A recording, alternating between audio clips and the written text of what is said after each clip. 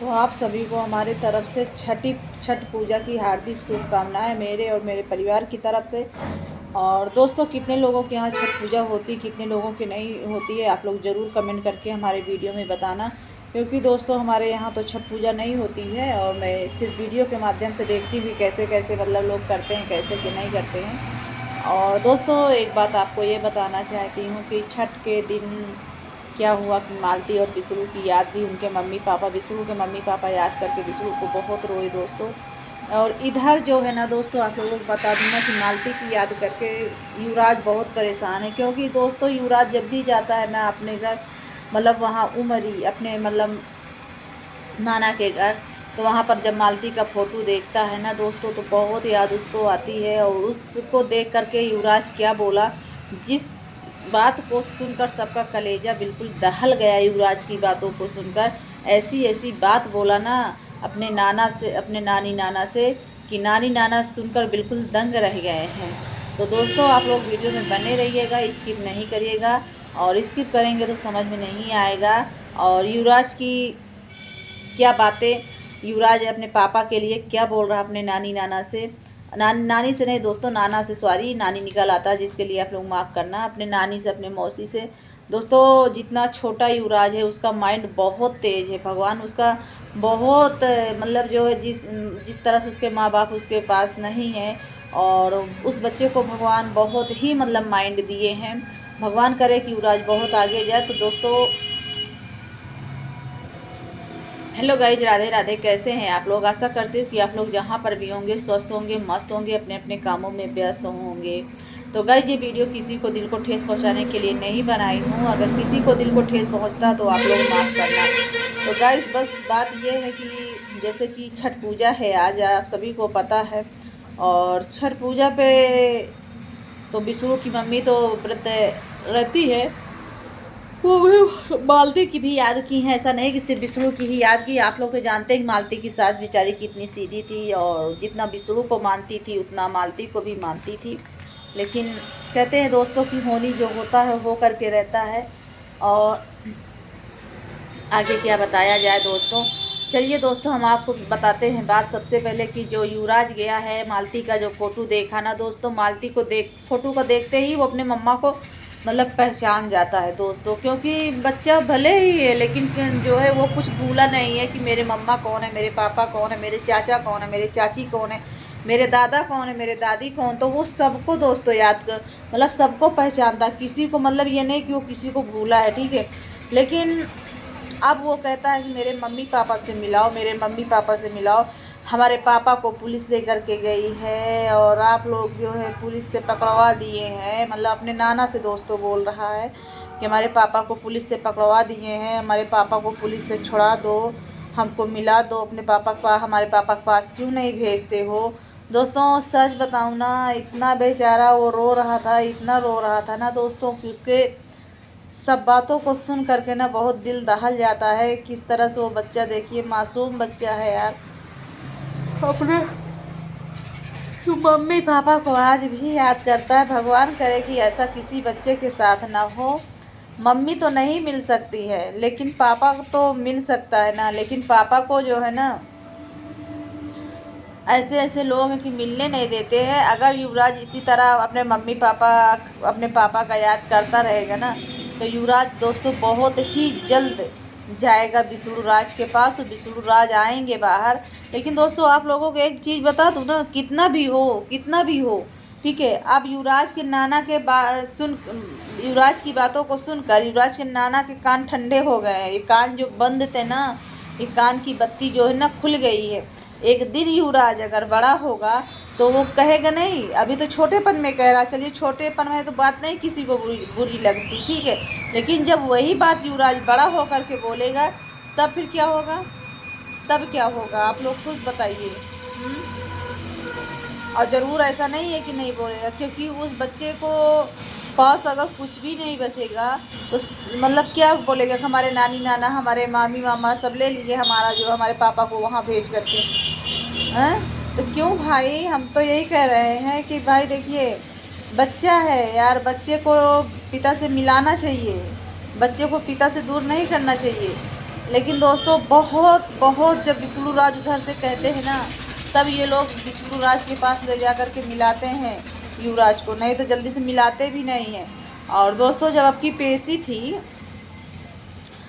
जब पेशी थी तो पेशी पर विष्णु राज अपने मतलब कि उनसे मालती के पिताजी से यानी कि चाचा जी से मुलाकात भी किए हैं। यहाँ तक बोले हैं कि भैया पापा हमारी कोई गलती नहीं है, ठीक है, आप हमको निर्दोष फंसाए हैं। ये चीज़ तो सभी लोग जानते हैं दोस्तों कि दहेज प्रथा का केस जो लगा है वो बिल्कुल झूठा लगा है, बिल्कुल झूठा लगा है, ठीक है ना।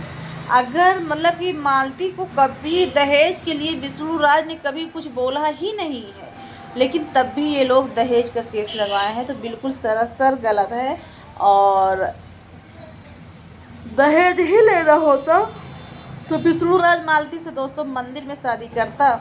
आप लोग बताइए, अगर विष्णु राज को दहेज चाहिए था तो दहेज के लिए इंतज़ार करता, वो शादी करता, ठीक है। और किस बेटी को हमारे चाचा जी दहेज दिए हैं यार?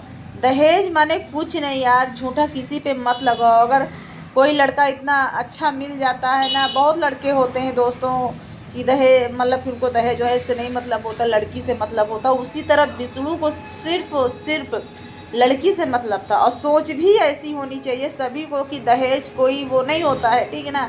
घर की जो लक्ष्मी होती है वो आने वाली बहू होती है, और बस वही बहुत हो, उसके नसीब में होगा तो सब भर जाएगा, नसीब में नहीं होगा तो कुछ नहीं होगा।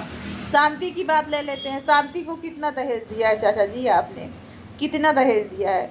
कौन सी बेटी को दहेज दिया है? जो झूठा आप केस जो लगा दिए हैं वो विष्णु जी के ऊपर, नहीं लगाना चाहिए भाई। जब दहेज वाली कोई बात ही नहीं आती तो दहेज का केस लगाना यहाँ पे गलत बात है कि नहीं?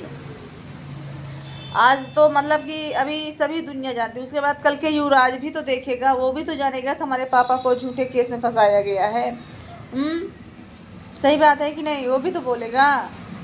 और क्या मैं बताऊं दोस्तों, बहुत दुख हो रहा है युवराज के बातों को सुनकर। और अभी नहीं दोस्तों, सोच रहे होंगे कि वो बच्चा है युवराज, बच्चा है युवराज, युवराज अपने मम्मी पापा को भूल जाएगा, कभी नहीं। कोई भी बेटा जो है ना, इतना उसकी दोस्तों इतना वो लड़का माइंडेड है, इतना बुद्धिमान है ना कि पूछो ना। अगर वो बुद्धिमान ना होता, माइंडेड ना होता तो बचपन में उसकी माँ इस दुनिया से चली गई थी और वो भूल जाता अपनी माँ को। लेकिन जैसे ही फ़ोटो देखता है वैसे ही जो है युवराज को या वो मालती को याद करता है कि मेरी मम्मा कहाँ है, मेरी मम्मा कहाँ, मेरी मम्मा से मिला दो। और मम्मा तो नहीं मिल सकती है, लेकिन ये लोग चाहें तो विष्णु राज को ला सकते हैं, मिला सकते हैं। दोस्तों बहुत कहा सुनी अब की तारीख पर हुई है पेशी पर। मालती के पिताजी तो तैयार हो गए थे सबके समझाने से, लेकिन जो शांति थी ना दोस्तों, शांति नहीं तैयार हो रही थी। क्यों नहीं तैयार हो रही थी? वो जानती ना कि विष्णु राज बाहर आ जाएंगे ना तो उसका जो है ना दाल रोटी बंद हो जाएगा। दाल रोटी मतलब आप लोग समझ ही रहे हैं। और क्या है, बोले कब तुम ही केस वेस लड़ो, शांति से बोले मालती के पिताजी। और एक बात मैं आपको और बता दूं, जो महादेव है ना दोस्तों, ये बात तो रियल है, एकदम सच्ची बात निकली है कि महादेव भी पूरी तारीख पर नहीं जाते हैं। अगर वो जानते हैं पूरी तारीख पर जाते तो अब तक फाइल लग कर विष्णु राज खुद ही मतलब कि छूट आता, ठीक है ना। किसी की ज़रूरत ही नहीं पड़ती इतनी चरौरी गिनती करने की। लेकिन जो यहाँ पर महादेव भी लापरवाही कर रहे हैं दोस्तों। और क्या करे बेचारा विष्णु राज ही क्या करे, अंदर से कुछ नहीं कर सकता है। और अगर जो बराबर तारीख देखते तो फाइल जाती जज के सामने, जज देखता। देखिए दोस्तों, आप लोग खुद ही देखते हैं कि इतने दिन कोई कहाँ रह सकता, बेल हो जाती, सभी लोगों की बेल हो जाती है। और बेल होने के बाद अपना केस मुकदमा चलता, उसके बाद जब मुकदमा जीतता है कोई हारता, तब उस पर जो है देखिए सज़ा मिलती है। लेकिन यहाँ पर अभी बेल भी नहीं हुई है और बेचारा बेल ही नहीं ये लोग करा पा रहे हैं कि बेल करा दें।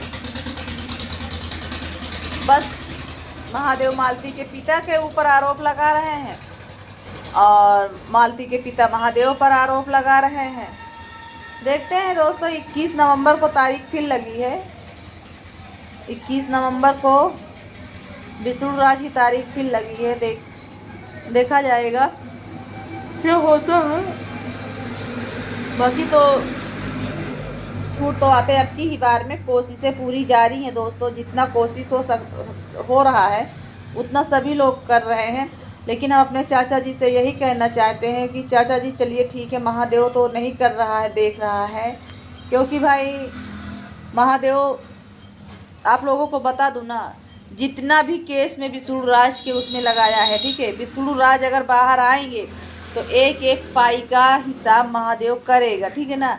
चाहे विष्णु राज के पास कुछ बचे या ना बचे, रहे या ना रहे, ठीक है ना। अगर एक पाई लगाया होगा ना तो 2 पाई का हिसाब करेगा। देखिए कोई किसी के ऊपर आज के उसमें लगाने के लिए तैयार नहीं है, और लगाते तब तक कब तक छूटाते। लेकिन जो है विष्णु राज से एक एक पाई का हिसाब होगा, चाहे वो अपना घर दें, चाहे द्वार दें, चाहे जो दें। तो सोचो खुद, मालती के पिताजी यानी कि हमारे चाचा जी को सोचना चाहिए दोस्तों कि उनका दामाद है, उनका नाती है। हाँ, अपने दामाद के लिए, अपने नाती के, दामाद को तो छोड़ो, लेकिन नाती के लिए तो सोचना चाहिए कि हाँ हमारा नाती। लेकिन नाती के लिए कहाँ सोचते हैं। नाती तो समझ लो उसकी माँ इतनी बहादुर थी, मालती इतनी बहादुर बिटिया थी तुम्हारी चाचा जी, कि तुम्हारा नाम रोशन किया, तुम्हारे पूरे परिवार को दाल रोटी का व्यवस्था कराई, ठीक। और मालती जैसे आपकी कोई भी बेटी नहीं है, कोई भी नहीं बेटी है, शांति नहीं है, ठीक है ना। आज मालती और विष्णु ने तुम्हारे परिवार को खड़ा किया, और पूरा परिवार, इतना ही नहीं कि तुम्हारे बेटे तक ही नहीं, तुम्हारे बेटे, बेटी, दामाद जो भी थे, और तुम्हारा यहाँ तक कि बहन का लड़का, मतलब जो भी नाता परनाता जो भी हैं, मतलब रिश्तेदार के रिश्तेदार तक को मालती और विष्णु ने जानते हैं क्या किया। एक कमाने का, दाल रोटी घर का खर्चा चलाने का, जानते हैं क्या किया है, प्लेटफार्म बताया है आपको। नहीं तो आज नरेगा में मजदूरी करते होते और दाल रोटी की भी नौबत नहीं होती। ये आपके मालती और विष्णु, मतलब आपकी बहादुर बेटी और बहादुर दामाद की देन है कि आप लोग घर बैठे बढ़िया अच्छे से पैसा कमा रहे हैं। तो दोस्तों वीडियो हमारी बहुत लंबी हो रही है, फिर मिलेंगे नेक्स्ट ब्लॉग में, तब तक के लिए बाय बाय। हालांकि ये वीडियो किसी को दिल को ठेस पहुंचाने के लिए नहीं बनाई, किसी को दिल को ठेस पहुंचे तो आप लोग हमें माफ़ करना, और अपनी राय विचार कमेंट में ज़रूर देना। नए हो तो चैनल को सब्सक्राइब कर देना।